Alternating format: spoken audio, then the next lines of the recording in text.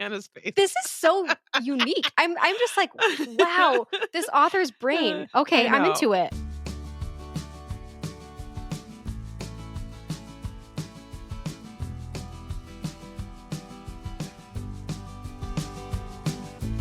Welcome to Book Talk Etc., a podcast bound to grow your TBR. I'm Tina from TBR Etc. And I'm Hannah from Handpicked Books. This is a conversational podcast about books and more from two Midwest mood readers who are easily distracted by new releases. And today we're talking about our November and December books on the radar. If you enjoy listening, we'd love for you to follow us on Apple Podcasts or your favorite podcast app. And if you have a quick minute, please consider leaving us a review on Apple Podcasts or sharing us on social media. It truly helps us connect with other book lovers. Hi, Hannah. Hi, Tina. How are you today? I'm good. Happy birthday week to us. Yes. Right? Yes. Tina and I have birthdays the same week. I know. They're 2 days apart. I love it. Same year, too. We are both born in 1990. What? I don't know. 92? Just kidding. Okay. I was going to say 97 for some reason. I'm not that little. I am not a mathematician. We know this about me. But yes, today, as this episode airs, is my birthday, October 29th, and yours was on Sunday. So I hope you had a great day. Yay. I suppose we don't know in this moment, but I'm sure it'll be a lovely weekend. I can't believe it is the last week in October. I'm a little sad about it. I know. Me too. I am loving all of the peak fall foliage. And I know that just means it's almost over. I'm trying to just soak it in. I know. I'm trying to soak it in too. I was driving home. I was in Central Illinois yesterday for a work thing. I was driving home and I pulled off and I saw the most spectacular leaf show. I sent it to you because I was like, look at the leaves. They're all really yellow. It was so pretty though. Beautiful. And I just love fall. I do. I love it. But of course, there's always things to look forward to, such as new books. Yes. But I'm going to share my loving lately is my birthday gift to myself. Very exciting. And Hannah, you've been to our house. You've seen our loft. We have a loft upstairs in our house. And I have wanted a cozy reading chair as long as I have had this house. I'm like, we got to get something cute. So far, it's just been kids' toys and things, but I wanted to make it more usable for everyone, especially us adults. We deserve a cozy spot too. Absolutely. So I did it. I got the Big Joe Delmont Chaise lounge chair. I got targeted by an Instagram ad. I was like, they've been targeting me for a year, not this specific company, but a lot of them. And I always look at prices and a lot of these chairs are like 300 plus. I'm like, I'm not doing that. But I don't know. This one got me. It's in vintage brown suede. I clicked on it and I posted a photo and I said, someone talk me out of it. Everyone's like, no, we're not going to talk you out of it. Like, of course, especially given I have the perfect spot for it. So we bought one. It's in, like I said, vintage brown suede. I love this spot. Jonathan loves it too, so much that we bought a second one for the loft. Yay. So now we have them next to each other upstairs. Aww. I love it. I will Cozy nerd spot. Cozy nerd spot. I will share photos so everyone can see, sort of what it looks like if you care. But what I like about it is this chair has a curved shape to it. It's really interesting. So you're like laying down, but you can also sit up a little bit. Like you can really adjust yourself in a lot of different ways. For reference, I'm 5'7" and Jonathan's 6'3", and we both fit comfortably in them, not at the same time, but like separately. Easy. We both fit. Lily and I sat in it together and it was a tight squeeze, but we can do it. But I loved it. It is also washable. So I suppose the fabric is machine washable. I wouldn't play too much with it. Like don't continually take it on and off, but it's a nice option to have. And last weekend, I sat in that chair and read a print book over the course of 24 hours, cover to cover. I was so happy. It was truly like a dream to be able to just sit there. My brain's always working. I'm always doing things. And so just to have this little spot, it's not like this is funny. This is like a pro for it for me. You can't like jump out of it really quickly. Like you really get sucked in there. So it forces me to like relax. Crazy. I know. Like, what do you know? I think the price is right. It's $225, so not crazy. I got a discount on mine, and I think sometimes they go on sale. But anyway, it ships super fast. It came in 3 days. I will say the box for the second one was mangled, but the product is perfectly fine. I love it. And it was also easy to assemble. I was a little worried it would be like a big old mess, but no, super easy to assemble. John did it by himself. I helped the first time, but I am a big fan and I'm so excited for our book nook upstairs. This is the Big Joe Del Monte Chaise Lounge Chair. Oh my gosh, I'm so excited for you. And I do wonder if, since this spot is like your dedicated, cozy reading spot, don't ever bring your work computer up there. Oh, Like, I already you did gotta, yesterday. no, I no, did no, indeed. no, because you have to. You Yeah. have to keep that like your designated, I I like don't that. work here. Yeah. You know, like you're not supposed to bring your work computer to bed. I also do that sometimes Yeah, because, that's a good sometimes call. you just want a cozy spot. But yeah, it might be nice for you to have a spot where you just don't work for a minute. I don't work for a minute. I can't compute, but that's a good suggestion. To be fair, I was grading papers and listening to an audiobook. So I Okay. was like multitasking, classic. Well, It's fun in my brain. It is. I yeah. enjoy it. So, Well, good. I'm glad that you have a cozy spot, and it Me too. is fun to, well, it's just wild how much your environment does impact your ability to enjoy Yeah. the things that you love. And it's great that you've got a nice dedicated spot to do that now. Yes. Thanks. You get it. You get me. Yeah, yeah.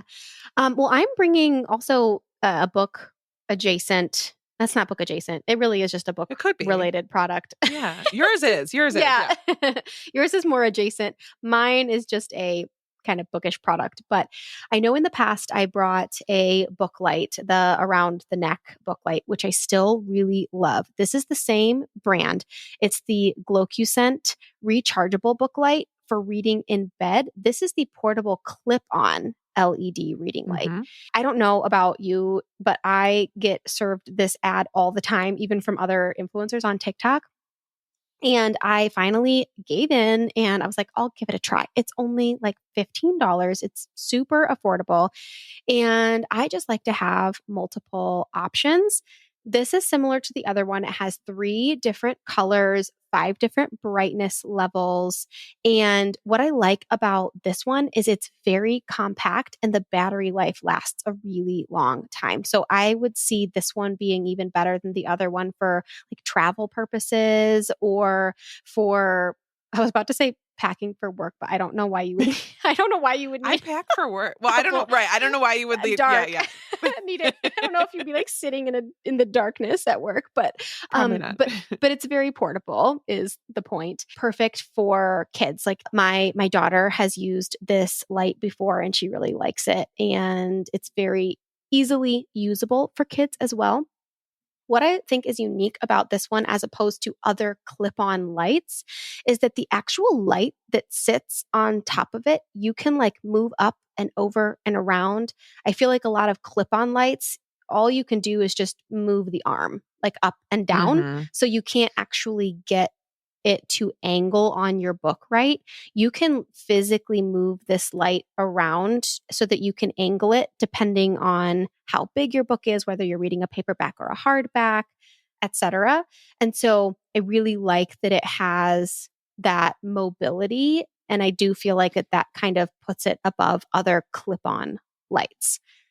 I really like this very simple bookish product. If you do a lot of reading in bed at night, or you have little ones, or you have a partner that you sleep next to that goes to bed earlier than you, but you still want to read in bed, that's what I use it for.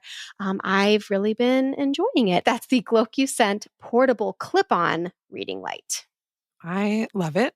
And I feel like you can never try and too many different reading products, especially if it's like not a huge investment. Like, why not give it a shot? But I'm glad it has been working for you. Yeah. And my mom actually got me another reading light for my birthday that is a little bit different. And I'm excited to try that one out as well. Clearly, I have a thing with trying out different reading lights. I But, see. it's okay. Well, it stay makes tuned. sense given what we do. I, for the loft, bought us a wall light, the light that I love. And we Yeah. can link to this as well. I have them now over the bed, over some couches, and now we have it in the loft area. And this one has an option for colored light. So it's just Ooh, a I real love vibe that. up there. Yes. So we can link to that as well. We'll link to all the lights, all the book things, All the Book Nook things that we all need. the Book Nook things. So we were talking cozy, happy times. This actually is a book that I read in the loft, all pretty much in one sitting, because my latest read is Rest Stop by Nat Cassidy. You know how we talked about horror and we said there's horror for beginners, for middlers, and for people that don't mind extreme horror? This Mm-hmm. is toward the extreme. It's not Okay. complete extreme horror, but do not pick this one up if you're easily shocked or squeamish, because this one is a wild ride. It's short, it's a novella, but it totally did what it needed to do. It gave me perfect Halloween vibes, scary movie vibes, and it's about a young musician who finds himself locked inside a gas station bathroom in the middle of the night. When he's there, there's an unseen assailant, if you will, and he gets caught in the rest stop bathroom. That's all you need to know. I love when horror books make me afraid of everyday things, such as a rest stop bathroom. This is so effed up. I will never, I don't know if I can ever use a rest stop bathroom ever again, especially certainly not without a phone or a partner with me, in the main gas station. But what I loved about this, so you're very much in the main character's head throughout this whole time. He is a musician. He's depressed because, his friend his friend is kind of having fights with him, and the girl that he likes doesn't like him back, and he's heading home because his grandma is dying. That's sort of what's having him go home. So he's just like in this melancholy state. His brother keeps calling and asking where he was, and he's like, whatever, maybe I'll stop here and something will prevent me from having to go home. And like it literally does. But this is what I love about Nat Cassidy is the way that he writes.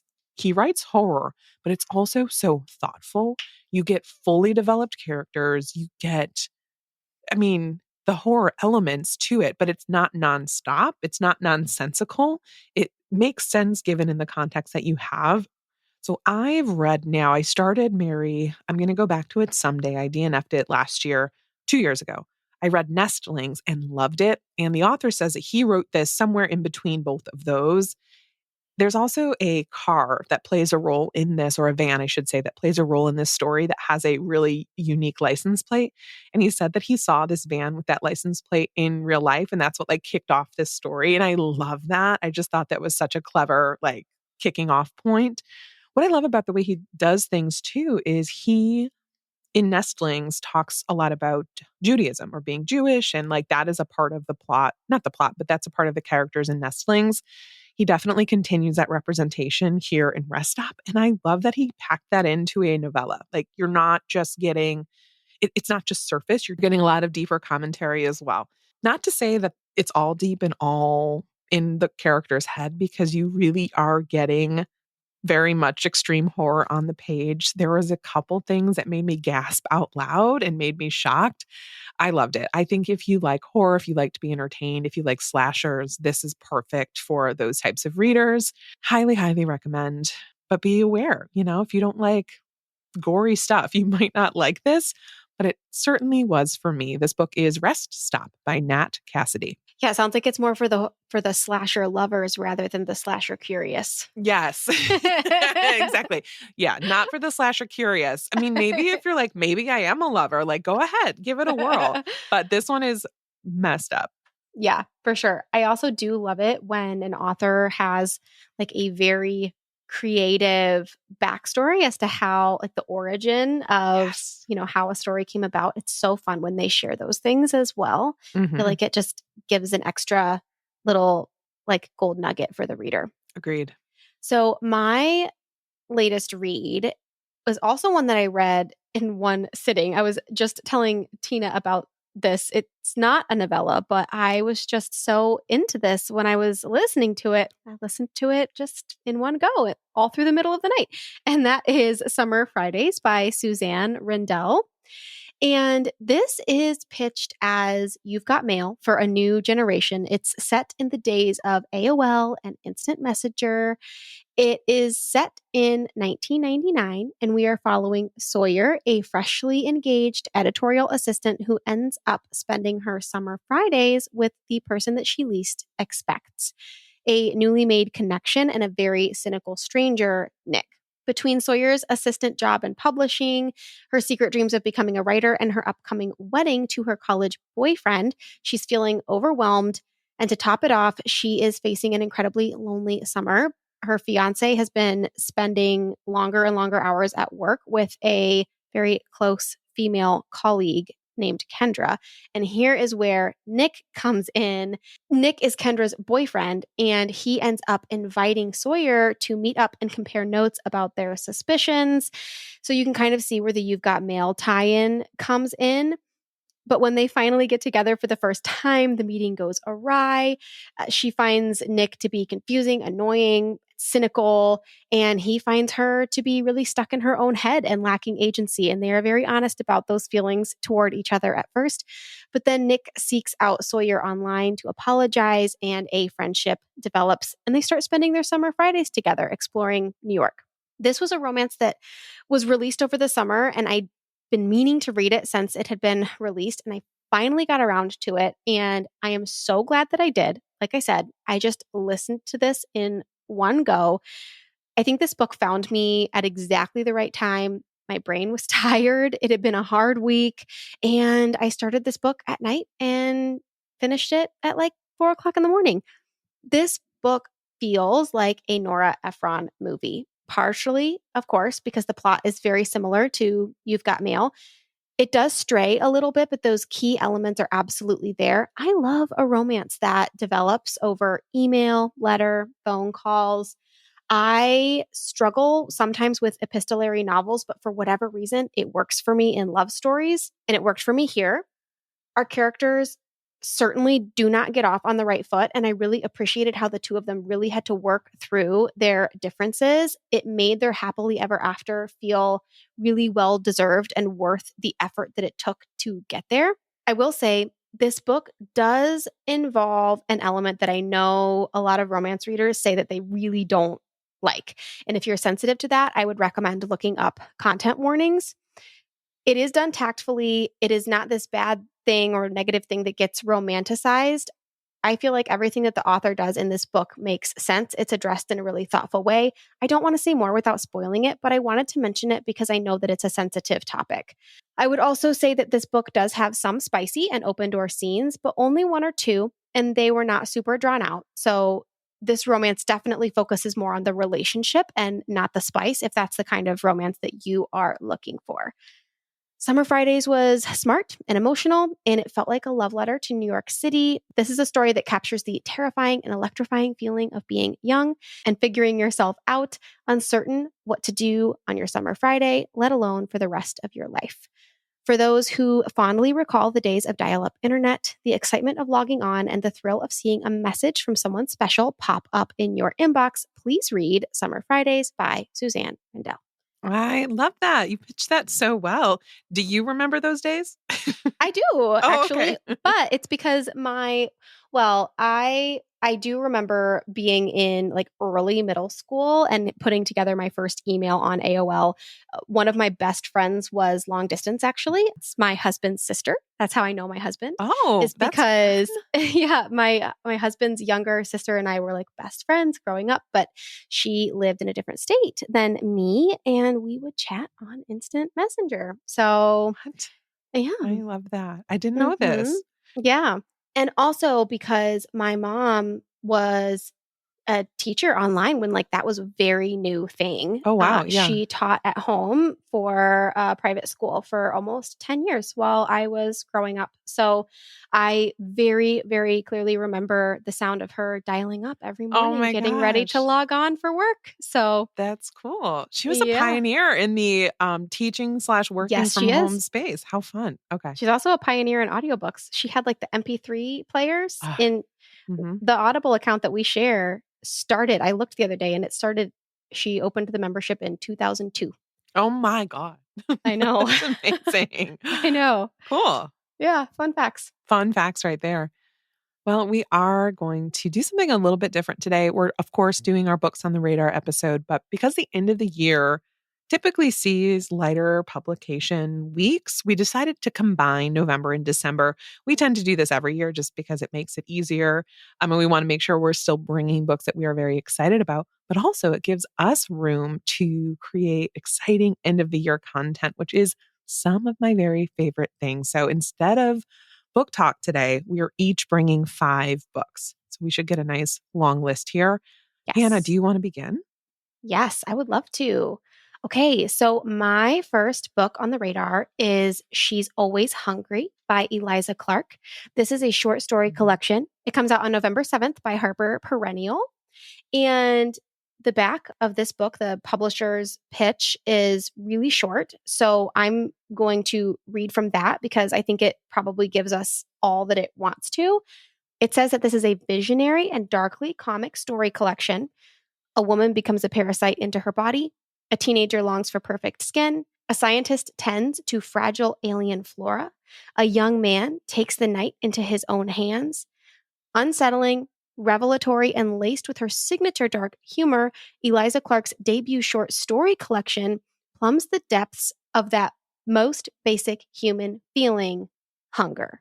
That sounds so good. Mm-hmm. I don't always read short story collections, but when I do, they are typically horror or like weird fiction. I just feel like that is a genre that works so well in the short story format.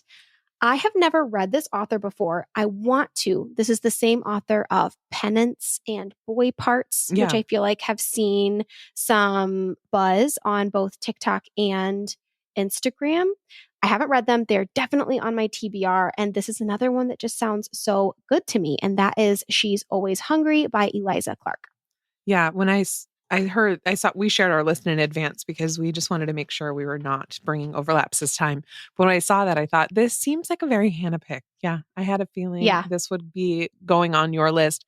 Also, I'm surprised you haven't read her because I feel like that would be, I mean, neither have I, to be fair. So both of us, she would be our taste. And for some reason have Yes. missed her. I know. I do feel like she is an author that both of us could potentially like. I think at the first one that I might end up picking up that has kind of wiggled its way to the top of my TBR most recently is Penance. Mhm. That one just sounds really, really good. Yeah. What is your first book on the radar? All right, my first book on the radar is Deadly Animals by Marie Tierney. And this one is a mystery thriller, comes out on November 12th, and it is from Henry Holt and Company. This one is a debut mystery, and it says finding a dead body is not normal, but Ava is not a normal teenager. In this chilling debut mystery, only the obsessive spirit of youth can save a sleepy town from the savagery within. I'm like, okay. So I guess the main character is a 14-year-old named Ava. She's unlike other children. She has an obsessive interest in the rate at which dead animals decompose. The motorway she lives by regularly offers up roadkill, and in the dead of night, she likes Anna's face. This is so unique. I'm just like, wow, this author's brain. Okay, I I'm know. into it. Okay, so she likes roadkill and she likes to go and find them in the middle of the night. And one night when she's doing this, she stumbles across the body of one of her classmates. And fearing that her secret ritual will be revealed, she makes an anonymous phone call to the police. When the detective is given the case, Ava decides, yeah, I'm not going to just let her take it, not when teenagers in her sleepy town are going missing. Because how hard could it be to track a killer? Here's the thing. I don't typically like amateur sleuths, but I like them when they have a very specific reason for being into it. Like if they, it's their classmates in this case, and she has this interesting hobby and there's that tie in. I feel like this could be cool. I don't know.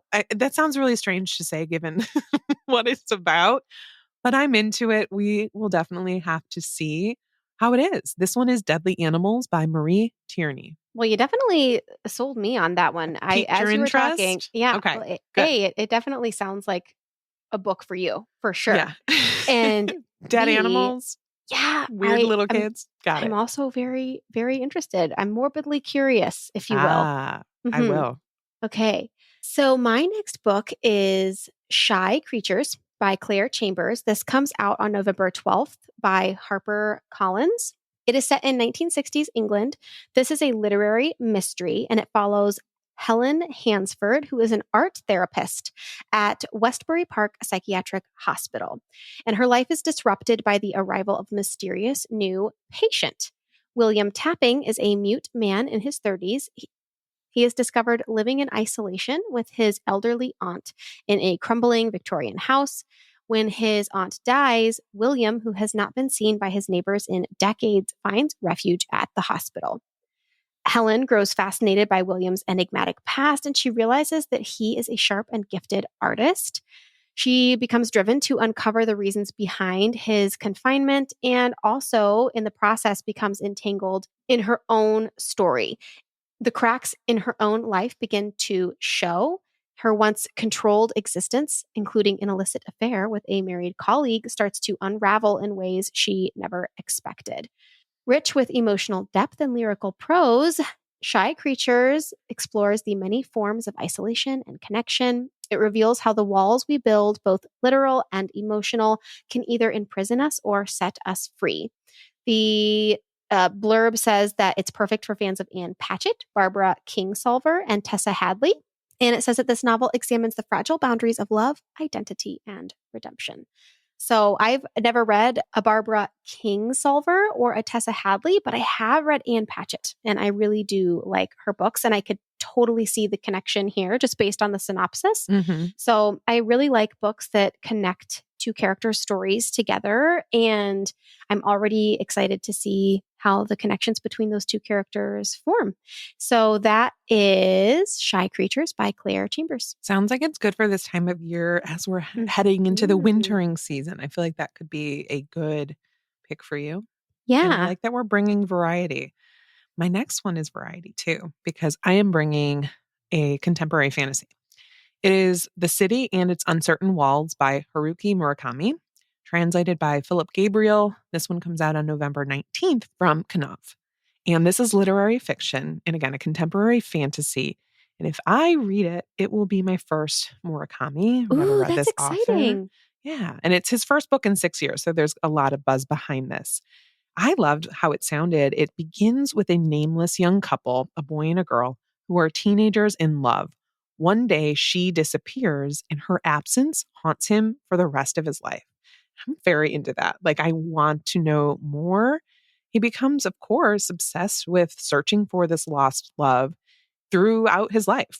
And the story follows him into middle age on a journey between the real world and another world, a mysterious, perhaps imaginary walled town where unicorns roam, where a gatekeeper determines who can enter and who must remain behind, and where shadows become untethered from their selves. Listening to his own dreams and premonitions, this man leaves his life in Tokyo behind and ventures into a small mountain town where he becomes a head librarian, only to learn the mysterious circumstances surrounding the gentleman who had the job before him. I love that subtrope. Like, where is he? What happened to him?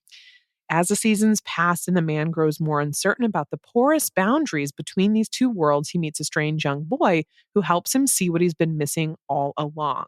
This is a love story, this is a quest, and an ode to books and the libraries that house them. I mean, hello, this sounds really good. It actually reminded me a little bit of Fairy Tale by Stephen King, which I know a lot of people didn't love. I enjoyed it. It was a departure for him, and I really liked it. I feel like, though, it also is reminding me of The Midnight Library a bit, and I didn't love that one. So I'm like, maybe it's somewhere, I don't know. Maybe it's something completely different. Yeah, and I'm just totally off base. But at any rate, I am curious. It is The City and Its Uncertain Walls by Haruki Murakami. Yay, I'm glad we have a fantasy on this list. It's exciting. I was like, babe, stop bringing mystery and thriller to books on the radar. So that's where we are. I mean, I think that we have to have at least some of those, you know? Yeah, always. We got to, always. Okay, my next one is one that I'm really excited about. I'm excited about all of these, but this one gets a little asterisk next to it. And that is Private Rights by Julia Armfield. Yeah, this one comes out on December 3rd by Flatiron. And this is the same author as Our Wives Under the Sea, which is a book that I read a year or two ago, and I really loved it. In this one, we're in a world where unrelenting rain has transformed the land and revived forgotten rituals. We're following three estranged sisters, Isla, Irene, and Agnes, and they're reuniting after the death of their father, a brilliant but merciless architect. They're drawn back to the grand glass house that they grew up in, their father's most iconic creation, and the sisters sift through memories and buried secrets. But their fragile reunion is shattered by a stunning revelation in his will, and this revelation ends up pushing the sisters further apart. They struggle to regain control of their unraveling lives. Old wounds resurface. Irene's relationship is teetering on the brink. Isla's ex-wife refuses to let go, and very cynical Agnes finds herself unexpectedly falling in love. Beneath all of these personal crises that these sisters are having, a darker truth is emerging, and it's one that's tied to their mother's mysterious disappearance and the strange, persistent interest others have taken in their family. So, what begins as an attempt to reconcile their past soon spirals into something far more dangerous. The sisters discover they've been chosen for a purpose that threatens not only their family's future, but for the survival of their already imperiled world. So, this sounds like it's going to have kind of some maybe magical realism elements. I don't know. Mm-hmm. Definitely like an adjacent dystopian or post-apocalyptic vibe. It sounds like that's not going to be the focus, but it is going to be set in a world that is kind of crumbling and falling apart. I love messy family stories as well. And this is an author that I've previously had a good experience with. So I'm very excited for this one. And that is Private Rights by Julia Armfield. Yeah, I'm excited for that too. I really enjoyed Our Wives Under the Sea. It's very interesting what she does. Yes, agreed. She's a really storytelling. She's a very creative storyteller. Alrighty, let's see. Next for me is City of Nightbirds by Joo-Hye Kim. This one comes out on November 26th from Echo. And our patrons will have heard of this one because it is our December community read. This is a literary coming-of-age story about a once famous ballerina who faces a final choice. She has to decide if she wants to return to the world of Russian dance that nearly broke her or walk away forever. And this is a novel of redemption and love, two themes I really enjoy. On a white night in 2019, prima ballerina Natalia Leonova returns to St. Petersburg 2 years after a devastating accident that stalled her career. Once the most celebrated dancer of her generation, she now turns to pills and alcohol to numb the pain of her past. She is unmoored in her old city as the ghosts of her former life begin to resurface. Her loving but difficult mother, her absentee father, and the two gifted dancers who led to her downfall. One of these dancers, Alexander, is the love of her life, who transformed both Natalia and her art. The other is Dmitri, a dark and treacherous genius. When Dmitri offers her a chance to return to the stage in her signature role, she has to decide whether she can face the people responsible both for her soaring highs and darkest lows. I really like the sound of this. I like books about ballet, about athletics, about a comeback and, coming back after injury. So I'm very intrigued. I hope this one is excellent. It is City of Nightbirds by Joo-Hye Kim. I didn't know that you liked books about ballet and dance. I've only read like a few, but yeah. And you've liked them. It is. I did. I like books about, I'm thinking the Megan Abbott book, The Turnout. So that one is the one that came to mind, but just in general, books about sports, I dig. Yeah, that makes sense, tying it into sports, because dancing absolutely is sports related. I was thinking like art related, which I know isn't quite your thing. No, but like sometimes I can't avoid it. There's so many art like subplots out there. Sure. I'm reading one now and I'm like, fine, she's an artist. All right, I accept. Oh, it's good to know what we do and don't like. Okay, my next one is Rental House by Weike Wang, and this comes out on December 3rd by Riverhead. This is about Karu and Nate, who are college sweethearts who marry despite their very clashing cultures. Karu is a Chinese immigrant whose parents demanded perfection, while Nate's rural white working class family views his intellectual pursuits and foreign wife, that's in quotes, with skepticism. So now, years into their marriage, they find themselves trying to balance these differences while figuring out how to build a life that truly feels like their own together. In an attempt to bridge the growing gap between their families, the couple plans 2 vacations, one at a Cape Cod beach house and another at a luxury Catskills bungalow. With their giant sheepdog in tow, Carew and Nate brace for tense visits from in-laws, unexpected guests, and awkward moments. But as their cultures collide and old tensions resurface, they are forced to confront deeper questions. How do you navigate the friction between your partner and your family of origin? And what really makes a family a family? And when the whole pack starts to unravel, can love and patience actually bring everyone back together? And where do you figure out how to draw the line between your current family and your family of origin? With sharp humor and tender insight, this book delivers a vivid exploration of marriage, identity, and the messy beauty of family. This is likened to Nora Ephron, which is the second time the Queen has been mentioned on this episode. But I am not mad about it. I love books about marriage, and this one sounds like the perfect blend of messy and tender-hearted, which are some of my favorite types of books. And that is Rental House by Wei-Kay Wang. Interesting. I would not have gotten Nora Ephron from that, Me neither. but I mean, fair enough. If That's what the blurb says. if or that's what the blurb says, I know. great. Sounds We'll find good. out. I guess so. Report back. I will. All right. My next one is I Might Be in Trouble by Daniel Ailman. Comes out on November 3rd from Grand Central. I don't know why I put it as book 4. Anyway, it comes out soon. Okay. I don't know why I've put it all the way at the back, but I will tell you about it. It says this is a suspenseful dark comedy about a struggling writer who wakes up to find his date from the night before is dead, and he has to decide how far he's willing to go to spin the misadventure into his next big book. Did I dream this book? Did I write it? Because I want to read it so bad.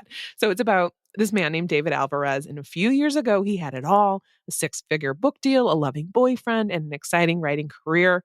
His debut novel was a resounding success, which made the publication of his second book a total flop, all the more devastating. Now David is single, lonely, and desperately trying to come up with the next great idea for his third manuscript, one that's going to redeem him. And, he wants to redeem himself in the eyes of readers, the entire publishing world, and maybe even his ex-boyfriend. But he's having a little bit of writer's block, and good ideas are hard to come by, and the mounting pressure of a near-empty bank account is not helping. So when David connects with a sexy stranger on a dating app, he figures a wild night out in New York City might be just what he needs to find inspiration. Lucky for him, his date turns out to be great. He's handsy, confident, and wealthy, and the perfect distraction. After one of the best nights of his life, he wakes up hungover but giddy, only to find Prince Charming is dead next to him in the bed. And there's only one person he can call to help, quote unquote, bury the body: his literary agent, Stacy. So together, David and Stacy must untangle the events of the previous night, cover their tracks, and spin the entire misadventure into David's career-defining novel, if only they can figure out what to do with the body first. I can't wait to read this. I'm going to read this, I think, very soon. I'm hoping I have a NetGalley copy of it because, anyway. Crossing your fingers for those approvals. I think I have it. Ooh, nice. I know I have a physical, but okay, anyway. I'm really excited for this one. I'm going to bump it up to the top of my November TBR, and this book is I Might Be in Trouble by Daniel Ailman. Ooh, that one sounds fun. Doesn't it? What happened to the man? What are we going to do with him? And your literary agent? I know. How fun. That sounds really fun. I am excited to hear you R.I.P. talk about that when you when you bring it. You do. Okay. My last book is another one that, do I have to say it that I'm excited about? Obviously, I'm excited about all of these. But that is Apartment Women by Gu Byung Mo. And that comes out December 3rd from Hanover Square. This is about a woman named Yojin who moves in with her husband and her daughter into the Dream Future Pilot communal apartments on the outskirts of Seoul. She is hoping for a fresh start. This is an experimental community. It's a part of a government initiative to boost the national birth rate. And it requires all residents to commit to having at least 2 more children within the next decade. But almost from the moment Yojin arrives, she feels uneasy with the forced camaraderie and the pressure to embrace this collective lifestyle. Her discomfort deepens as communal childcare begins, revealing tensions and unexpected sides to her neighbors. Through intertwined stories of four women, each with distinct dreams and struggles, this book explores the challenge of finding harmony in a community shaped by very rigid expectations. Can these women forge genuine connections, or are the cultural demands of parenthood destined to drive them apart? This is a sharp, thought-provoking novel by an award-winning author that examines the invisible burdens of motherhood and the limits of communal care, which I feel like is a really interesting conversation. It says that this book challenges the familiar adage that it takes a village to raise a child, shining a light on the unspoken imbalances in parenting labor. I obviously love family stories and stories that kind of have commentary on unique social issues. And this is one that I don't know if I've read a book that kind of tackles this very specific issue of communal parenting. And I think that it sounds really interesting. And I'm curious what the author has to say about it. And that is Apartment Women by Gu Byung Mo. I love that concept. I love books about neighbors, especially if they're living like right in the same apartment complex or whatnot. And especially communal parenting, because it does take a village. Like I can Sure. definitely, yeah, I'd be curious to hear what you think about that. Yeah. I would like to correct myself. I Might Be in Trouble comes out on December 3rd. That's why it's at the bottom of my list, because it does come out in December. My error. But I did confirm I have a NetGalley. But last for me is called The Shutouts by Gabrielle Korn. It comes out on December 3rd from St. Martin's Press. This is a queer dystopian novel with a cast of characters on the margin of a strange and exclusive new society. Hang with me for this because it's a wild synopsis. The year is 2041, and it's a dangerous time to be a woman driving across the United States alone. Deadly storms and uncontrollable wildfires are pummeling the country while political tensions are rising. But Kelly is on the road anyway, desperately needing to get back to her daughter, who she left 7 years ago for a cause she's no longer sure she believes in. Almost 40 years later, another mother, Ava, and her daughter, Brooke, are on the run as well from the climate change relief program known as the Inside Project, where they've spent the past 22 years being treated as lab rats. Very interesting. When they encounter a woman from Ava's past on the side of the highway, the three continue on a journey that will take them into the depths of what remains of humanity out in the wilderness. At the same time, way up north, weather conditions continue to worsen and a settlement departs in search of greener pastures, leaving behind only two members drawn together by a circumstance and a mystery they are destined to unravel together. This is a captivating story about those who have been shut out from the inside, their fight to survive, and the interconnectedness larger than all of them. Very intrigued. I love climate change novels. I love road trip novels or novels like where people are sort of having to move their entire lives from one spot to another. I am curious. I will say too, it says it's set in Gabrielle Korn's world that she created in Yours for the Taking. I don't know what that book is, but if you do, this one is set in the same world. But this book is called The Shutouts by Gabrielle Korn. Yeah, I'm really excited about that one too. It has a good cover. That's what initially grabbed me. Yeah, and it's got that, post-apocalyptic element that we love. So Curious. Okay, so my current read is one that I was putting off because it's fantasy. And I have felt like, am I a fantasy reader anymore? But I really do want to get back into fantasy. And I felt like this was a good segue back in. It's Air by Sabaa Tahir. And I thought that this would be good because it is just going to be a duology, which I feel like is such a doable series number for me, knowing that I just have one more book to read after this one. I get very intimidated by series. So I just started this. I am only about 10% in. It's and I'm doing it on audio. So far the audio production is fantastic. It's a full cast and I haven't read from this author before.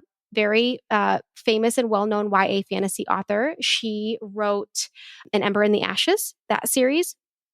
And that is a very beloved series. I haven't read that. I do want to, and maybe I'll give it a shot if I read Air and end up really liking it. So yeah, I'm excited to continue and and Bring It. It's a little bit chunky, but yeah, that's Air by Sabaa Tahir. Well, good. Hopefully that one continues to be a winner.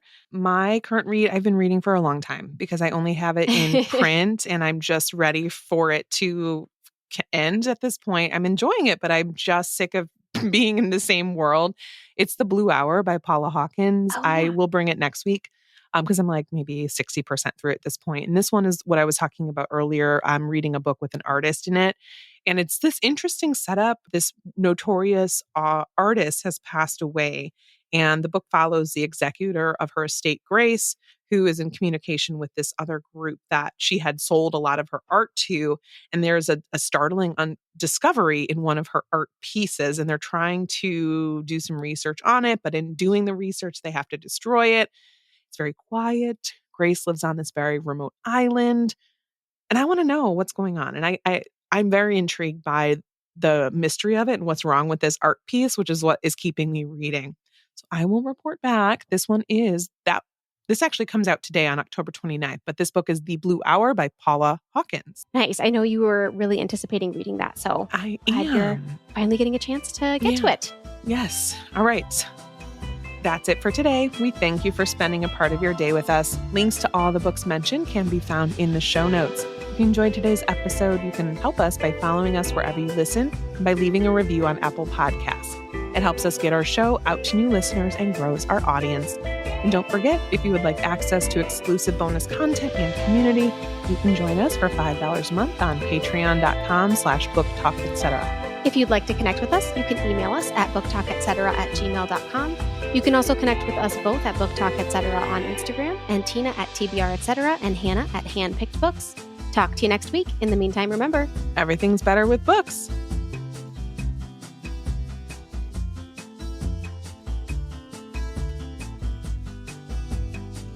Transitions are very hard. Transitions are hard. Mm-hmm. I learned that. I learned something new about myself a long time ago. Yeah. It doesn't help. Listen to